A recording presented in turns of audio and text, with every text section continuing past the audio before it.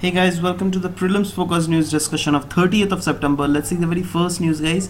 The first news is about the Global Wildlife Program, which is being hosted by India this time, and the program is basically meant to address the illegal wildlife trade that is being occurring throughout the world, right? So the theme of this conference, which they have put, is people's participation in wildlife conservation. All right, and it is conference is being jointly conducting by World Bank and United Nations Development Program, and it is being said that it is a platform for knowledge exchange and coordination on the actions taken on the ground to combat the illegal poaching of wildlife and improve the governance of wildlife conservation. And this will be done by the taking people's participation, because the theme is also this time people's participation. And guys, see, I'm just giving you an example. Say for example, there's a conservation area, and there exists few wild animals like say big cats, tigers. All right, but there still occurs the poaching of tigers in spite of being so much harsh measures by the government of India, right? Or by the government of any other countries. The poachers are doing poaching activities. Then how come it's getting possible? It's been getting possible because they are directly entering from the routes, from the different backdoor routes, right? And those backdoor routes are existing from the places where there exists human population. All right, and those populations, I mean people living in those areas, are not aware of the poaching things or all, because they are residing near these jungle areas. So how would they be so much intelligent or not? So if there will be public participation in it, if they will be aware by the government, then they will at least get to know that what is the importance of wildlife in our society, for our ecosystem, for our food chain, right? So I mean so that's why the theme this time has been put as people's participation in wildlife conservation. And the strategy and the program will now be based on landscape of the region, which was till now being focused only around national park and sanctuaries. But this time the government is thinking of some sort of holistic approach in which they will be based on landscape of the region. All right, and it is also said that the impact on such issues like global warming, climate change, and disaster management are few of the issues which are also taken in care of, that how to deal with all those situations holistically, so that this illegal wildlife trade could be managed. All right, and it is being said that it will enable India to strengthen its enforcement mechanism to control the illicit trade that has been occurring in wildlife region, right? And few in discussions which is being held in this conference, few areas were mainly focused on, and those areas were management of wildlife habitat, securing sustainable community livelihood, enhancing enforcement, monitoring, cooperation to reduce wildlife crimes, and opportunity for India to showcase its conservation efforts through joint forest management, Vana Sanrakshan Samitis, eco development committees, and in and around protected areas. And the participating nations who are participating in this conference are these written in this box. You can read here. And in addition, the representatives of World Bank, UNDP, UNEP, and IUCN will also be present in this conference. So overall, you just have to remember few facts under it, right? Okay, next news is about joint warrior. See guys, it is basically European military exercise which is done under the edges of this NATO thing. Excuse me. Okay, yeah, so basically NATO excuse me guys. Yeah, so NATO is NATO's biggest, this joint warrior is NATO's biggest European military exercise, which is underway. I mean, this will be conducted in Scotland coast. All right, and in this exercise they will together conduct various exercises like how to test the battlefield environment, anti-terrorism tactics, then anti-smuggling operations will also be carried out under this military exercise, and humanitarian missions will also be carried out. And one more thing guys, you just have to remember is that this joint warrior this time is overlapping with formidable shield, which is other kind of military exercise under the edges of NATO only. All right, so you just have to remember these two keywords guys, joint warrior and formidable shield, and these are, trust me, very very important. All right, okay, next is India plays a major role in nuclear plant in Bangladesh. See guys, the relations with Bangladesh day by day is getting closer and closer.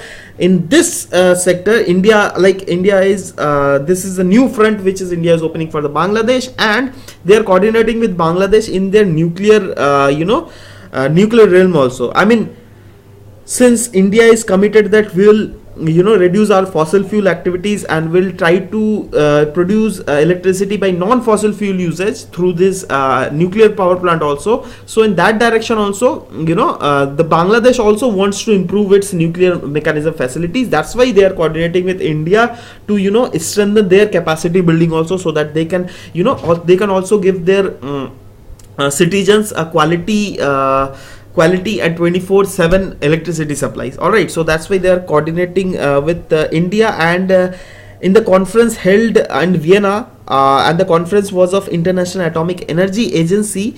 So in that conference, it was being decided that India jointly with Russia will coordinate with Bangladesh and help in establishing Rupor nuclear power plant, which will be in Bangladesh. And for this, Bangladeshi nuclear scientists are also given training in our Tamil Nadu's Kundakulam nuclear power plant. All right, so you just have to remember these all of you factual things. Next is overuse of antibiotics in animals to worsen India's antimicrobial resistance problem.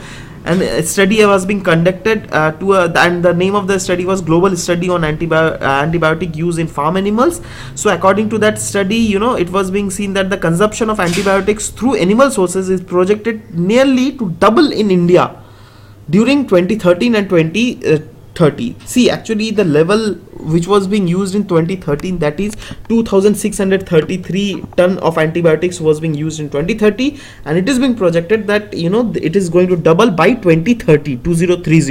All right, and there will be 82% increase in consumption. I mean, up till now this has already occurred 82%, and it is being said that by 2030 it might get double. And that's why it was said that the country is currently the 4th largest consumer of antibiotics in food animals globally after China, US and Brazil. I mean, China stands first, then US, then Brazil, and the 4th number is India's. And it is being said that to reduce it, the government must take steps and cap the use of antibiotics in farm animals at 50 milligram per kilogram of animal slaughtered.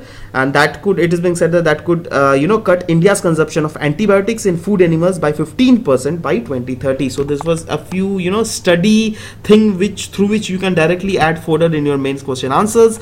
All right, next, see the very next news, guys. Next news about Directorate General of Quality Assurance. This was in news because they are celebrating 60 years of their existence, and that's why they are celebrating the diamond jubilee of it. And it is under the Ministry of Defense, under the Department of Defense Productions, and there are a few aim of this organization. This organization provides quality assurance cover to the entire range of arms, ammunitions, equipments, and stores quality supplied to the armed forces.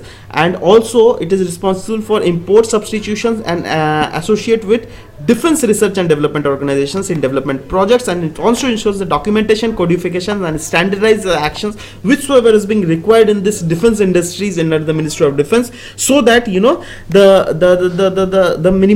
minimize the variety of components and equipments. And I'll give you an example which I give in Hindi discussion also. So that example was of that is not a standardized example. I'm just taking this example from myself, right? Say for example, there's a gun which is called AK-47, and this organization has made 4 different type of AK-47.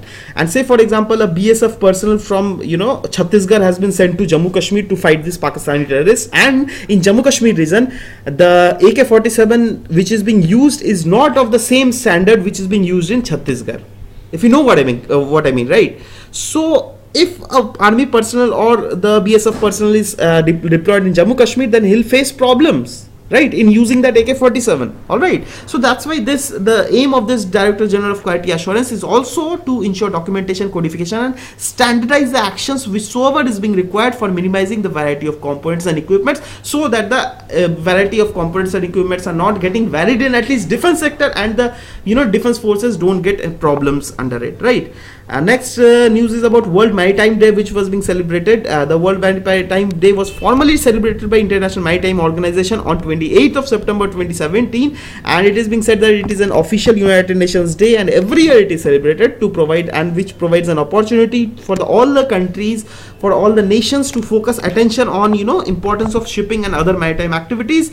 And it is being said that this day also serves as a reminder to all that a vibrant and sustainable blue economy is a boon for all mankind, and otherwise an unsustainable blue economy could become a bane for mankind, right? So that's why the theme of this, you know, World Maritime Day was connecting ships, ports and people. So this was few of the facts regarding this today's news. And actually guys, today there was not much of news because the Hindu paper didn't came. So whatever be the news pending, or I mean there's no news pending, I guess. Yeah, so if at all there I find any news pending, then I'll surely be covering in the coming classes.